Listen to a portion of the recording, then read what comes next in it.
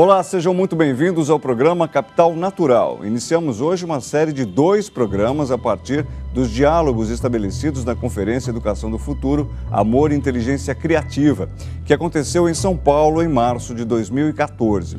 A pergunta norteadora da conferência, da qual participaram diversos educadores, líderes e pensadores de destacada atuação há décadas, é a seguinte: qual a educação do futuro? Você que nos acompanha sabe a importância que damos a este tema. Não poderíamos ficar de fora de um diálogo tão ambicioso. Qual a educação para um futuro mais bem-sucedido?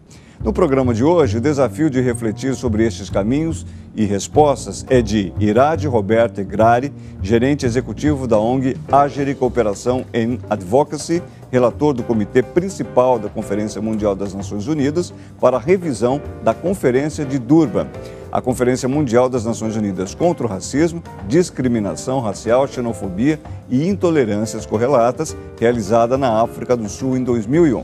Está conosco também Regina Migliori, que tem pós-graduação em Neuropsicologia, coordena o programa Meditação, Neurociências e Educação em Valores da Fundação Getúlio Vargas, e ela que é diretora adjunta de Sustentabilidade do CIESP Campinas. E Lama Samten, que é mestre em Física pela Universidade Federal do Rio Grande do Sul e fundador do Centro de Estudos Budistas Bodhisattva. Essa conferência de educação para o futuro, ela tem 2 grandes objetivos e algumas possibilidades. Há 20 anos atrás, eu também fazia parte do grupo que organizou e realizou esta primeira conferência, que naquele momento tinha como foco esta pauta da educação para a paz, que continua sendo um fio da meada extremamente relevante. E eu costumo brincar que há anos atrás, década de 70, por aí, essa era uma conversa de doido. Ninguém estava muito disposto a ouvir ou a dialogar a respeito disso, como se fosse uma utopia muito distante e desnecessária, romântica. Hoje, nós estamos nos reunindo nesta conferência num cenário completamente diferente, onde toda esta pauta a respeito de uma inteligência amorosa, uma competência transformadora, uma capacidade de dar respostas ao mundo de outra natureza, em outros formatos, isso hoje já não é mais uma utopia, isso é demanda do nosso cenário atual. As pessoas já perceberam que os modelos disponíveis, eles não estão sendo suficientes, eles não são adequados e eles não são benéficos para conduzirem as nossas vidas, seja sob o ponto de vista da educação, do trabalho, dos mecanismos sociais, em todos os cenários de atuação humana existem demandas de transformação. Se eu trouxer para a temática do que está se falando sobre educação do futuro, né? Bom, educação essencialmente é um processo de aprendizagem, né? Ensino-aprendizagem. Mas o aprendiz e aquele que é, digamos, o mestre, né? Se é que há um, primeiro você tem que tirar essa ideia de mestre-aprendiz. Todos nós somos aprendizes, né? Então, nesse processo de aprendizado, o erro não tem mais lugar. Estamos todos construindo e errar é uma parte integrante do processo. Quando eu mudo esse paradigma, do paradigma de cobrança, de uma austera cobrança de centralidade ou de alcance de uma posição de transformação, e eu passo para o paradigma do estamos aprendendo, eu mudo o mundo. Tudo bem que na nossa infância humana nós precisássemos de uma linguagem como essa, né? Você não vai chegar para o seu filho e tentar convencê-lo através de um diálogo retórico, né? Por que ele não tem que botar a mão no fogão quente? Na hora que a mão dele chegar perto do fogão quente, vai lá e dá um tapa na mão dele, puxa fora e ainda fala grosso, né? Para que ele entenda que fogão quente tem algum problema. Depois você pode falar macio, mas a primeira reação tem que ser uma reação rápida. A humanidade foi a mesma coisa. Se eu pego o que eu vejo, por exemplo, dentro dos escritos judaicos, ou dentro do cristianismo, ou dentro do hinduísmo, enfim, do budismo, tudo isso eu tenho certas colocações, às vezes mais austeras, mais diretas, mais concretas, que não te dão muito a chance do diálogo e da busca do aprendizado, porque a fase humana era uma. Essa fase agora é outra. Eu acredito efetivamente que tudo que diz respeito a uma transformação social, são situações que são construídas quando nós somos capazes de criar sonhos em conjunto, sonhos positivos. A gente precisa encontrar vários métodos de sentar em roda, olhar uns para os outros, de verdadeiramente escutar uns aos outros e permitir que isso vá convergindo em direção a imagens de futuro positivas, né? De modo geral, nós procuramos entender os outros a partir do nosso próprio mundo, se o outro é útil ou não é dentro das nossas perspectivas. Mas há essa inteligência adicional, que é uma inteligência no qual nós tentamos entender o mundo do outro, e dentro do mundo do outro, nós procuramos entender as qualidades que o outro tem. Mesmo que a gente esteja tomado por raiva, por sentimentos negativos, quando a gente tenta entender o outro no mundo dele, a gente busca desenvolver amorosidade, ou seja, a própria amorosidade ela surge quase de modo natural, que é quando a gente vê qualidades positivas no outro, né? Quando se coloca como pauta essa perspectiva de uma amorosidade inteligente e competente, é porque está se consolidando um entendimento a respeito do amor, não só como um sentimento, mas como um valor humano universal. Qualquer ser humano consegue não só praticar uma ação competentemente amorosa, como também perceber uma ação amorosa e benéfica. Isso é universal, isso independe de faixa etária, nível socioeconômico ou grau de escolaridade.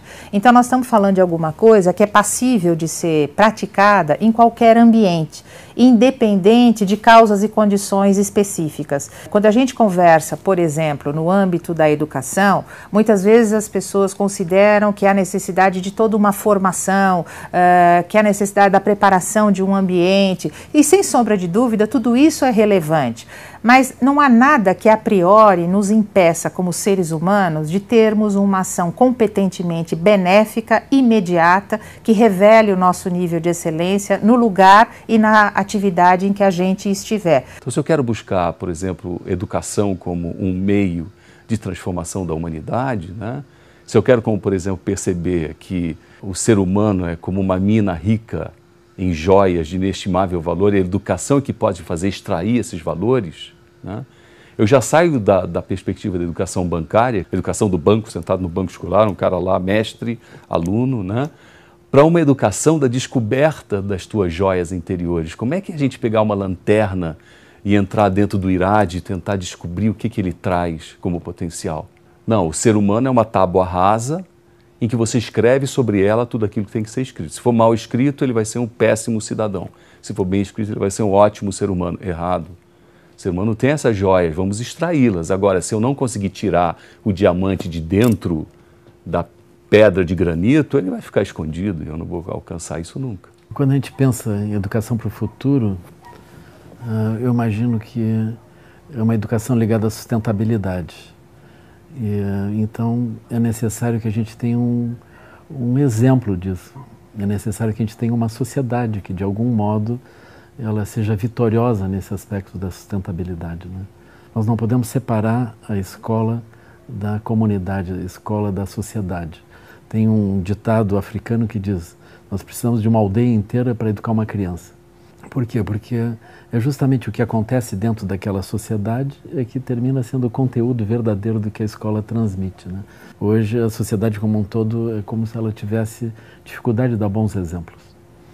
Então nós podemos encontrar professores que são capazes de falar sobre conteúdos, mas eles mesmos não estão vivendo aquilo. O que é mais fácil? Eu preparar uma prova, aplicar uma prova, ou sentar com os alunos e discutir, tentar entender cada um e conhecer a personalidade de cada aluno, entender o quanto cada conceito está sendo verdadeiramente apreendido? Ou é mais fácil chegar lá na frente, botar um PowerPoint, um filme? Eu vou pelo mais fácil. Aí eu tenho várias alegações. Meu salário é baixo, eu não ganho tanto. Meu amigo, então por que você está fazendo isso? Então, o segundo elemento, o primeiro é dar trabalho. Aceite que vai dar trabalho. O segundo, aceite que é uma profissão de dedicação de fé. Não é porque você vai ganhar dinheiro, é porque você acredita naquele negócio, né? E isso, acreditar naquilo que você faz, hoje em dia está muito raro. Então, dá trabalho, 2, é uma profissão de fé, né? 3, aí é outro problema grave também, que a gente vive em tudo que a gente vive, que é aquele bichinho que habita dentro da gente chamado ego. Então eu não estou afim de abrir mão das minhas conquistas de espaços de poder ou de reconhecimento e aceitar que, de repente, um menino imberbe, sentado lá na cadeira, que acabou de passar num vestibular, seja capaz de me questionar. E aí, com esse trinômio, eu consigo destruir o processo educativo. Porque eu destruo o processo educativo até dentro da sala de aula com uma criança de 5, 6 anos de idade, que vai fazer questionamentos para você que você tem que aceitar humildemente que aquele serzinho é capaz de refletir. Vamos para o nosso primeiro intervalo. Fique agora com as notícias do dia no Band News. Até já!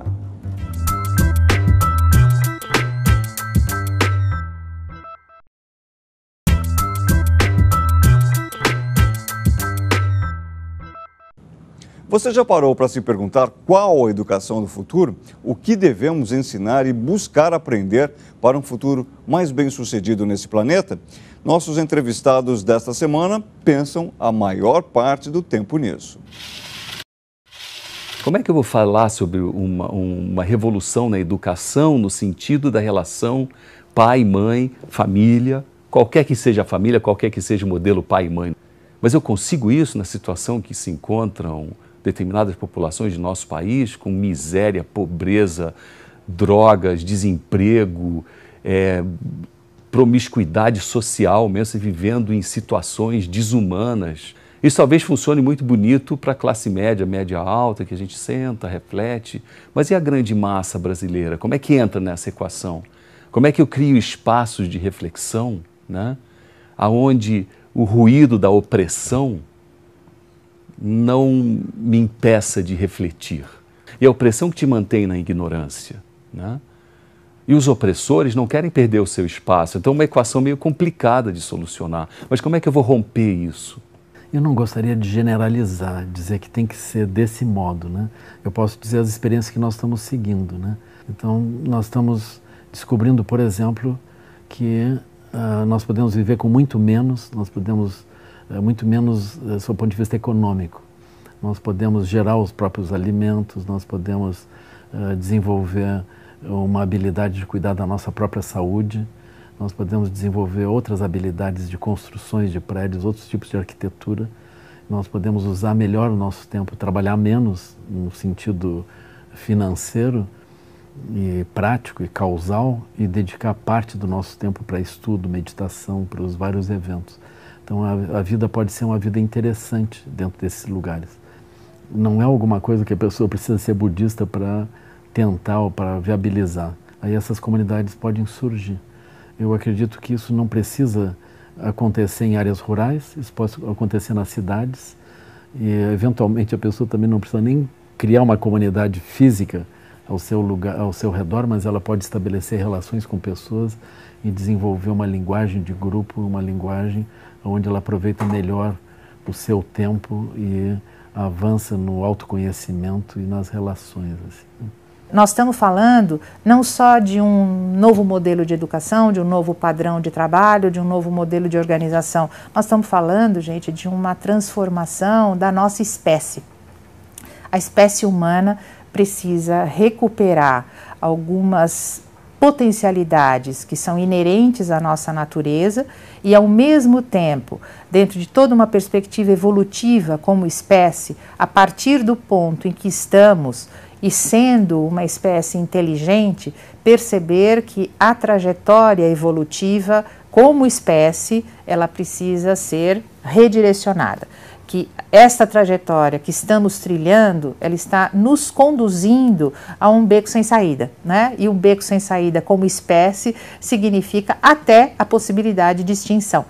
Então, não se trata simplesmente de uma nova maneira de pensar. Nós estamos falando de uma nova natureza humana, um novo ser humano, que vai acionar o seu cérebro de uma outra forma, que vai interagir com a realidade de uma outra maneira, que não vai se desconectar do fio da meada que nos conduziu até aqui, mas que está reconduzindo uma outra trajetória que demanda outra natureza de inteligência. Então, é impossível e é impensável imaginar que um jovem, hoje, em pleno século XXI, mesmo que ele não tenha acesso a toda esta tecnologia que a gente tem hoje disponível, mas sabendo que ela existe e vendo tudo isso que está no nosso cenário, como que você imagina que seja possível manter essa criança e esse jovem imóvel e em silêncio, sentado numa sala de aula durante horas a fio?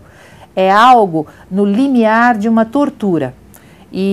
E realizar esforços no sentido de adequar este jovem a permanecer imóvel e em silêncio é decretar a continuidade de um sistema que não é só um sistema de educação, porque será imóvel e em silêncio que ele vai permanecer na sua vida adulta. Será imóvel e em silêncio que ele vai se sentir incapaz de lidar com todos os desafios que a gente tem diante de nós. Será imóvel e em silêncio que ele vai tentar reproduzir esse modelo na sua família, estabelecendo diferenças em estruturas de poder, em hierarquias, que no século XXI já não tem mais lugar. O âmbito de poder funciona com uma única estratégia eficaz e efetiva: constrangimento. Por que houve mudança de política pública no Brasil com a introdução de cotas nas universidades? Contra ou a favor, certo ou errado, não me interessa. Só interessa o fato de que alguma coisa aconteceu e começou uma mudança, né? Constrangimento. A sociedade civil organizada começa a pressionar o governo, constrange o governo, começa a mostrar que há aberrações enormes, começa a mostrar que os dados são absolutamente tenebrosos, né? Como é que eu posso ter 5% da população brasileira representada dentro do universo das universidades federais e estaduais do Brasil no início dos anos 2000? E agora eu subi para quase 20%. Então, esse binômio pressão-constrangimento é o que funciona no cenário nacional e no cenário internacional também. Por mais que seja legal você levantar bandeira nas ruas e sair em marcha, isso constrange até um certo ponto. Foi o que a gente viu aqui nas manifestações de junho do ano passado, né? Mas se eu tiver organizado um processo de constrangimento dentro do aparato estatal, aí eu consigo mudar. Então, nós temos que ter, na verdade, uma estrutura bem montada da sociedade civil, onde ela trabalhe com visão, com senso de missão, com propósito, com estratégias. Não é uma coisa assim bagunçada, vamos lá. Uma das coisas que eu sempre repito e digo: olha, parabéns ao movimento de mulheres. Pegaram na década de 90, durante o governo FHC, onde a ideia de incluir mulher dentro da construção da política pública não existia, tá? Pegam os 100 maiores projetos de governo e conseguem trazer os 100 gestores desses projetos para sentar e ouvirem um dia de preleção sobre direitos da mulher. Sem dúvida alguns saíram de lá falando: pô, eu nunca tinha pensado nisso. Eu nunca botei recorte de gênero dentro dos programas que eu gerencio. Será que não posso colocar? E se eu fizer isso para a raça, para a questão negra? Se eu fizer isso para a questão indígena? Se eu fizer isso para a questão LGBT? Eu não posso fazer o papel do Estado. Coisa que a sociedade civil brasileira hoje acaba fazendo o papel de Estado. Terceirizaram o Estado para a sociedade. Hospitais, educação, creche, blá, blá, tudo. Como é que é isso? Eu tenho que ter, então, a sociedade civil com um papel de atuar como controle social forte, né? E poder depois, então, dialogar com o Estado e pressionar o Estado. Vamos fazer o nosso último intervalo de hoje. Fique agora com as manchetes do dia no Band News. Até já!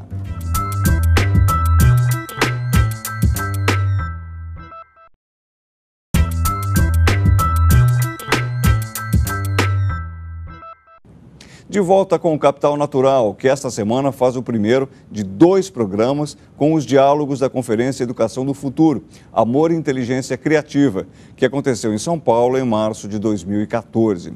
Estamos hoje ouvindo 3 pensadores deste assunto: Iraj Roberto Egrari, comissário da ONU, a educadora Regina Migliori e o líder budista Lama Samten, trazendo reflexões sobre qual a educação do futuro.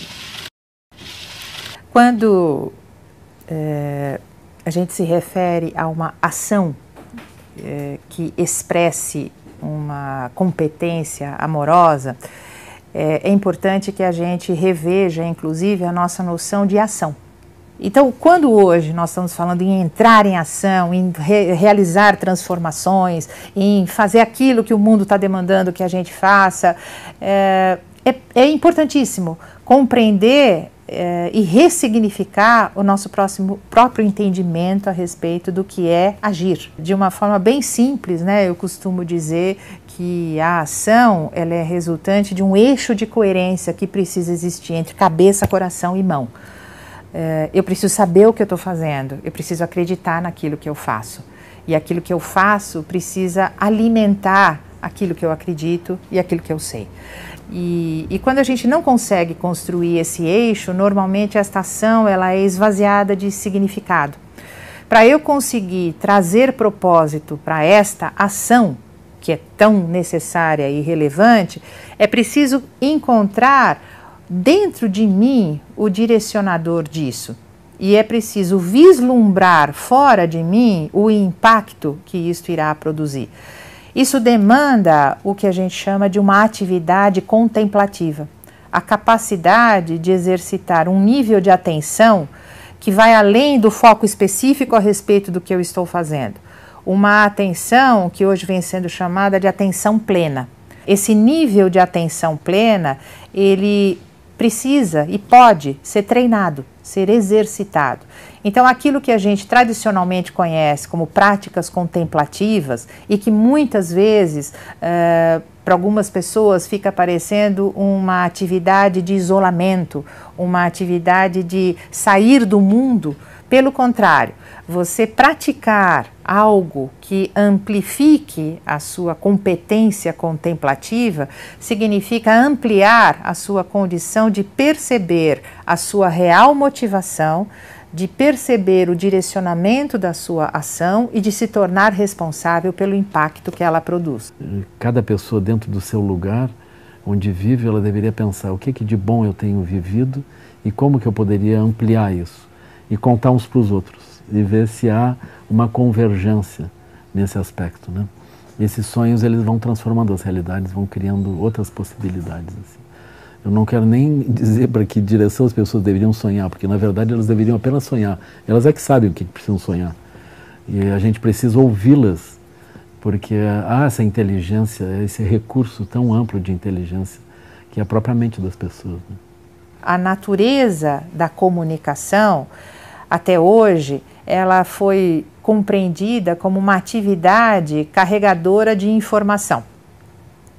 E o que a gente tem hoje é um entendimento da comunicação não só como uma estratégia que carrega informação e que estabelece uma relação, mas existe um novo nível de responsabilidade da ação de comunicação e da profissão de comunicador, que é a responsabilidade pela formatação de cérebros e formatação de mentes. A atividade da comunicação tem um potencial imenso de capturar a nossa atenção. E ao capturar a nossa atenção, conduz todo o nosso pensamento e as nossas emoções. Isto também significa que o profissional de comunicação tem que assumir esta responsabilidade na dimensão de impacto que isto produz. E, por outro lado, aqueles que se submetem a este processo também precisam ter a clareza de construir em si mesmos os mecanismos necessários de discernimento para que com muita tranquilidade a gente possa decidir se eu quero embarcar nesta trajetória ou não. Falta muito. Falta muito na questão de uma sociedade justa mesmo, né? Falta muito na luta contra a ignorância, né? Ignorância no seu sentido mais amplo mesmo, né? Como é que tirar? Porque conhecimento hoje é poder. Quem detém conhecimento detém poder. E eu não posso dizer que a turma que comprou carro agora e que antes morava quase que semi-favelado e agora está morando numa casinha de alvenaria, teve acesso a conhecimento. Teve acesso a algumas benesses que a sociedade capitalista te oferece. Mas é isso que nós queremos? É esse mundo que eu não quero esse mundo para mim. Porque se eu não garantir direitos, eu não vou poder garantir que cada ser humano revele o seu potencial. O programa desta semana fica por aqui. Agradeço a presença dos nossos convidados e da organização da Conferência Educação do Futuro, Amor e Inteligência Criativa, conferência que aconteceu em São Paulo em março de 2014. Obrigado por terem participado conosco. E convido você a continuar conectado com a gente. Acesse a nossa página no Facebook Eu sou o Guto Abranches. Até o próximo programa.